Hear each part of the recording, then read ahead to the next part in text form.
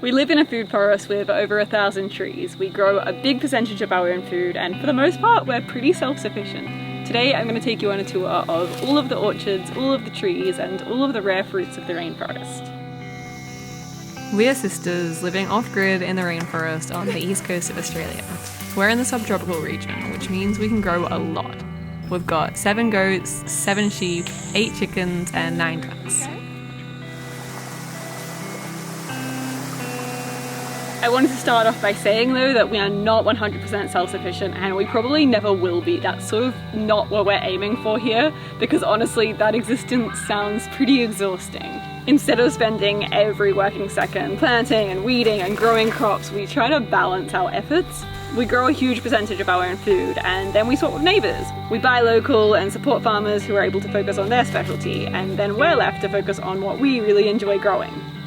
For me, that's bananas. I started this patch 4 years ago from just a few baby bananas, and now it's got so much fruit.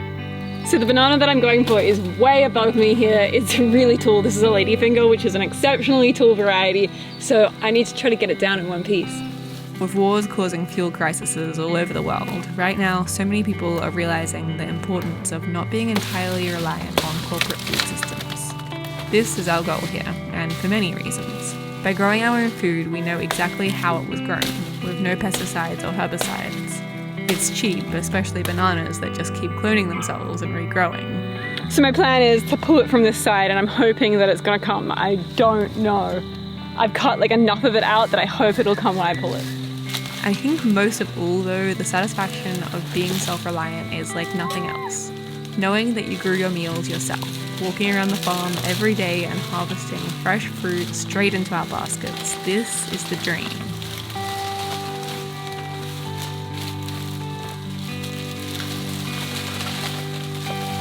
Slowly, slowly.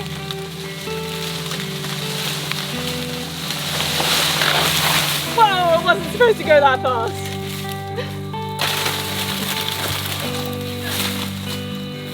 Ta-da! Bananas are the best source of food, so easy to grow. I think these are my favorite fruit. So these are ladyfingers, which are a really small variety of bananas, and they were actually bred in this region, so they're technically native to this area. They are really tall, but hence why it was so hard to get them. Oh, sap. Oh no, the sap stains, I need to be careful.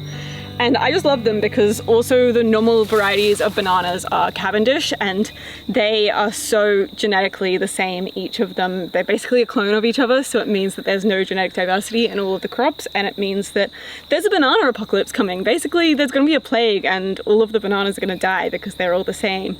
And then we'll have no bananas left except for ladyfingers and other little varieties, and they're so much better. Now come with me for a tour of each of the paddocks and the rare and delicious fruit that we grow. Okay, now I need to walk this all the way home. It's so heavy. There's a lot of mango trees here and a few guavas, and that's about it on this ridge until we get to the custard apples. So we have the kitchen garden full of herbs that comes off the house, and then down below we have a little orchard that we planted not that long ago. So it's got lots of citrus in it. It's got some finger limes, some figs, lots of avocados, and more bananas. Custard apples are a fruit that tastes kind of like custard and kind of like an apple, I guess. They're delicious. They're my favorite winter snack. These ones will be ready in a few months, and there's so many on the tree this year, which is really exciting. They have poisonous seeds and you can't eat them. And I think in India it's used as a pesticide, ground up and then sprinkled on where you don't want pests. Luckily that makes the goats not eat them. They don't seem to like them.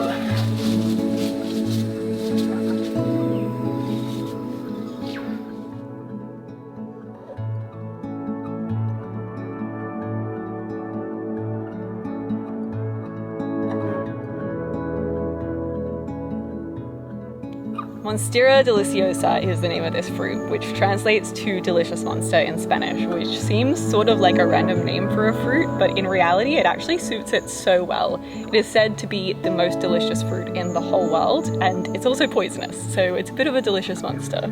It's not poisonous if you eat the right parts, and it ripens really slowly, so it ripens from the top and then slowly until the bottom. And if you eat the right part, The right part is here. It is absolutely delicious, but at the same time, you can't eat much of the fruit, otherwise you will die. So the top part just kind of has these cool little hexagons that come off, and then you can bite into the flesh, and it is delicious, I will say so myself. It is an incredible fruit, but I always get a bit freaked out eating it. All right, here I go. Wish me luck. Oh, yum.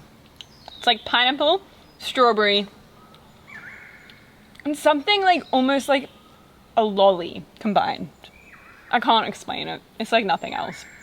But it does make your lips feel a little funny, which always freaks me out a bit. You might also recognize the plant of Monstera deliciosa as a houseplant, and that's because it is. This is just its grown-up variety in the bush.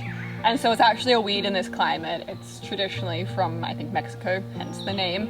And yeah, here it just kind of grows out of control and it's a bit wild.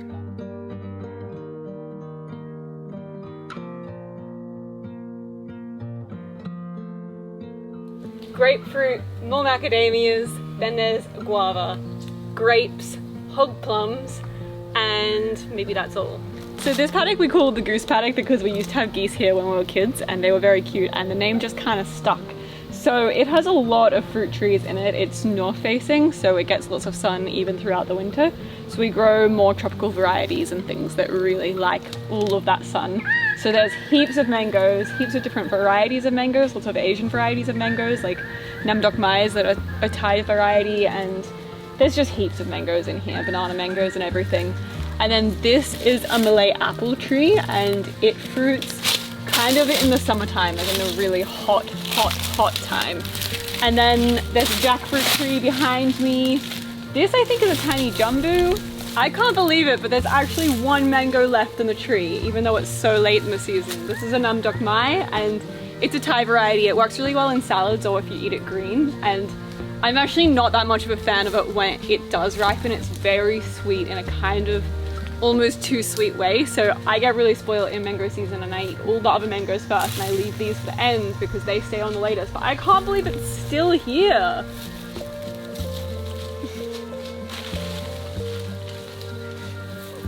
This is a jackfruit tree behind me, and jackfruit are honestly the most underrated fruit of all time. I love them so much. They're really nutrient rich, they're really protein rich, they're incredible, and you can preserve them. So we had one a month ago that I made, I think it was 22 meals from, so I've got them in the freezer and we're slowly eating them. So as you can see, there's probably, I don't know, 25 mango trees in this orchard or more, and they spread across the hillside, but I'll take you across to the other side where there's more fruit trees.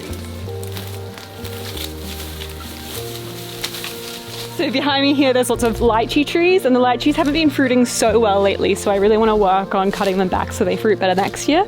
But there's also so many mangoes, of course, and then this is a starfruit or carambola tree. These are starfruit or also carambola or also five-sided fruit, which I think is funny because it's such a simple name. They look like a star and they have 5 sides, but they're delicious. This tree is actually maybe one of my favorite starfruit trees. They all have slightly different flavors. This one's really nice. One bite for me, one for you. There you go. So further down the hill here we have a little grove of guavas, and these are the best guava trees. They're the really big ones, so I love them for baking so much.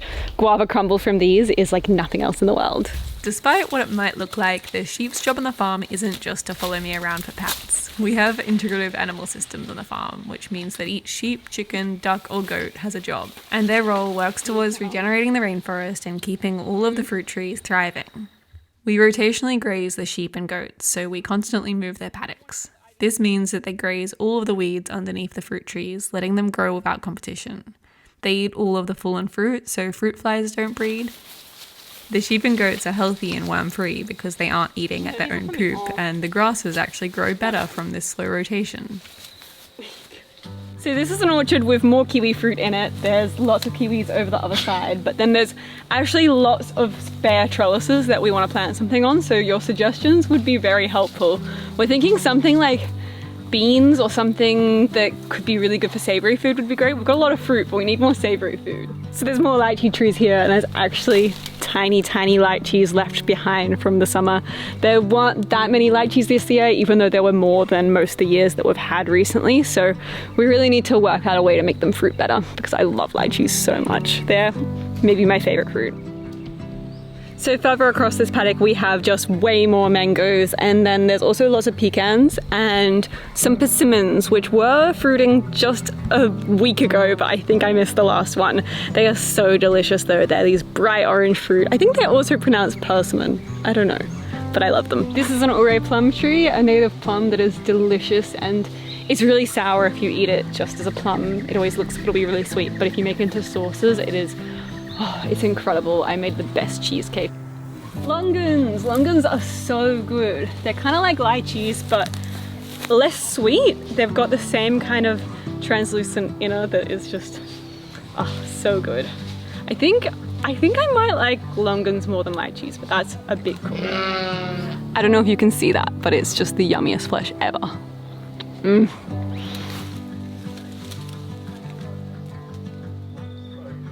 This is one pomegranate growing on our tiny pomegranate tree, which is very exciting. We planted this a few years ago, and this is the first fruit that it's made.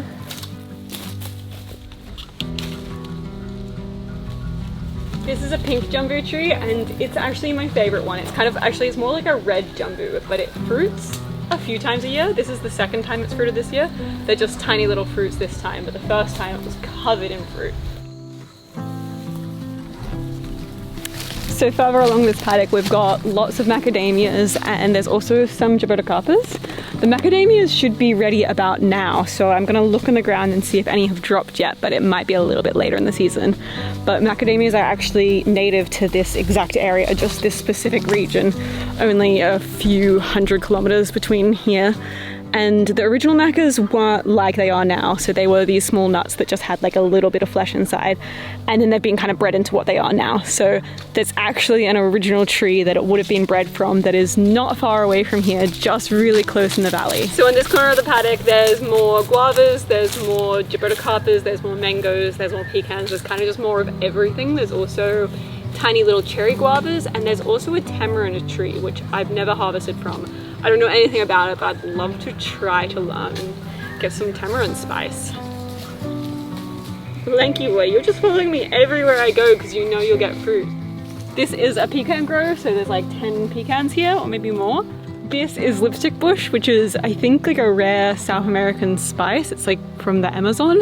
I don't know what its real name is. I don't know anything about it. All I know that is when I was a kid, I would get it and I would cover myself in it because it kind of makes this like paint on your skin. And then I'd put like this little bird beak that I had on, and I'd pretend to be a chicken all day. I don't know why. My favorite thing about this orchard is how there's always something new in it. So I spent all summer harvesting so many mangoes in this orchard, just on this tree, just here, this tree up there, everywhere. And now a few months have passed and it's starfruit time, so there's starfruit all through the orchard. And then in winter there's going to be locusts or citrus or different things, and then spring will come and there'll be black sapotes, and then summer will come and there'll be jambu, and then there'll be mangoes again. And there's always something in this orchard, which is so beautiful. So sweet. These are kind of early in the season and then they last for a long time, so we have starfruit always. And this tree has, I would guess, like 2,000 fruit on it. Like there are so many. This tree in particular fruits so much, but we've got more starfruit trees than you could count, so we always have starfruit. I call this Mango Avenue because it's an avenue of mangoes. There's probably, I don't know, more than 20 trees just in this little area. Hi sheep, come on! And this year the ones along the avenue didn't fruit that well because, come on! I don't know if they just didn't get enough light, I'm not sure, but they didn't go so well, but we got so many mangoes off the rest of the trees. So I want to try to care for these ones so that next summer we get lots of mangoes. That's the plan. Along here it's mostly Bowen variety, which is the most common variety of mangoes in Australia. Come on! You're so close, come here! Hi! You heard me! I've got sheep joining. Come on! Hi! But up higher in the paddock we've got lots of different varieties, lots of really rare varieties. There's these purple mangoes that They didn't ripen that well this year, but they fruited a lot, and there's just heaps of mangoes everywhere. Hi!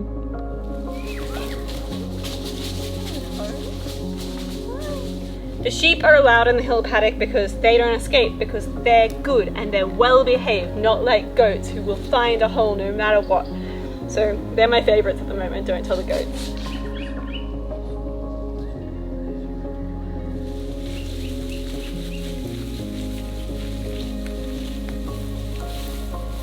So these are all pecan trees, and there's a lot of pecans all over the farm. The white cockatoos have kind of changed their whole routine, and now they come and they eat a lot of the pecans when they're still developing. So we used to get a lot of pecans when I was a kid. We'd sell them at the markets, we had heaps, but since, I don't know if it's since there's been more rain everywhere that the white cockatoos have decided that they like this area more. But white cockatoos normally aren't supposed to be in this area that much. They're supposed to just kind of visit in some months, but they're here all the time now, and they eat a lot of the nuts. So we don't get that many pecan nuts anymore, which is kind of a shame, and I don't know if there's a way around that, or if that's just life. But we have, I don't know, probably like 15 pecan trees? Pecan? Pecan? I don't know how you're supposed to say it.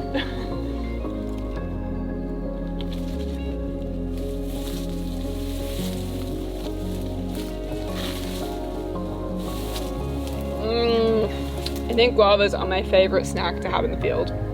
That's saying a lot though, because I say that about all fruit, but oh, guavas are so good. The red flesh ones especially, I love them. Yellow on the outside, red on the inside. We also have different types of guavas. So we have white guavas, and they're pretty delicious too, but I prefer them for baking. But these ones, oh, so good for snacking.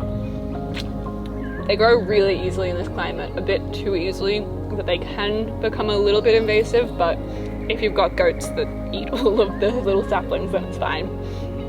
So they're pretty good food source because they grow so easily, and then all autumn you have the best snacks ever. So this tree is one of many guava trees at the bottom of the hill paddock. So this is what we call the hill paddock because it's a very big hill and it goes up very far and it grows a lot of fruit. So there's guavas here, we've also got taro and lots of mangoes. This is probably the paddock with the most mango trees in it maybe. And it's got lots of other fruit as well. I'm forgetting half of them. But the goats aren't allowed in this paddock at the moment because there's a hole in the fence and I keep trying to fix the hole in the fence and they keep getting through. So it's a bit overgrown at the moment. This is how overgrown it is because the goats haven't been in here. So this is what all the paddocks would be like if we didn't have goats and sheep. Oh my god, the grass is actually taller than me. So I came to this spot in particular because this is where we have the biggest crop of taro. Well, I'm pretty sure it's taro, but I'm not actually 100% sure. And that's why I've never eaten it, because if it's not taro, then it could be poisonous. It probably would be poisonous. But I think this crop alone is what could make us 100% self-sufficient if we wanted to be, if we wanted to live without a few luxuries. So probably, you know, if it all went down, we could survive off taro and all of the fruit. And it's a really good, dense, big crop that we have so much of, and you can cook it in many different ways. And I really want to try because it sounds incredible, but I don't want it to be poisonous. So if anyone's an expert, please let me know. But I've tried to identify it. I've listened to lots of the comments from you guys, and so many people have said, yeah, it's probably taro, but no one said 100%, and I can't do it without that 100% because I don't want to die. So up further in this paddock, there are avocados, more mangoes, there's false mangosteens, there's jambu, there's persimmons, there's pecans, there are macadamias, there's longans. There is a lot of fruit in this paddock.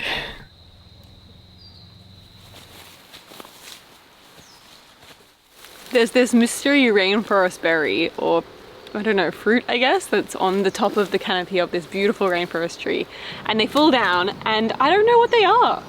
This is a chestnut tree, but they don't fruit very well in this climate because it's too wet, so they normally drop to the ground and then they rot, and they're so spiky. Ouch, I should have gloves.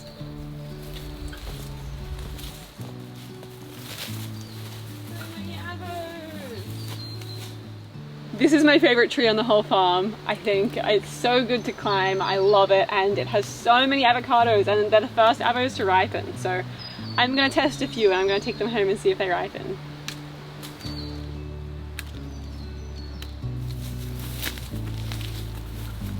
This is the kiwi orchard, and there are so many kiwi vines here and they're incredible, but there's a bit of a problem, which has been a problem for a long time, where the actual orchard structures that are holding it all up are falling down because the vines are too heavy, because they're so full of fruit and they're massive and they've been growing here for, I don't know, 20 years. So we need to kind of rebuild the trellises from underneath, and it's really hard and we haven't done it, and we're really worried the whole orchard's gonna fall down. So this is always on the top of our list and we never get it done because it's very complex. You have to do it in between when the kiwis are growing and then when it's harvesting season, and then they quickly get flowers again. So you want to do it in between then, and we never get it because we're so busy at that time of year. So this is the alluvial creek flat, so it's got really good soil and it grows a lot of fruit trees down here, and it also gets colder in winter. We can sometimes get a frost down on the flat, so this is where we grow kind of more temperate fruit.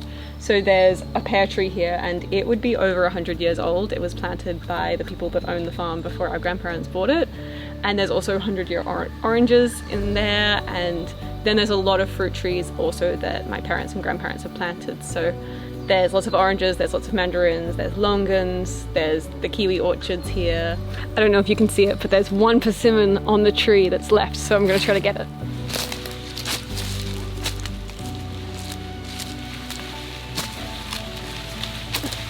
I got it. This is a persimmon and they are so good. So they're hard when you pick them, and then over maybe a day or two it's gonna soften, and it's such beautiful sweet flesh. This is a gula or a cluster fig, and it's such a cool tree. It's so big, the canopy just extends so far. I think that brings us to the end of the fruit tour. Thank you so much for watching. I've probably forgotten some trees, but whatever. And thank you so much to our patrons for all of your support on our journey.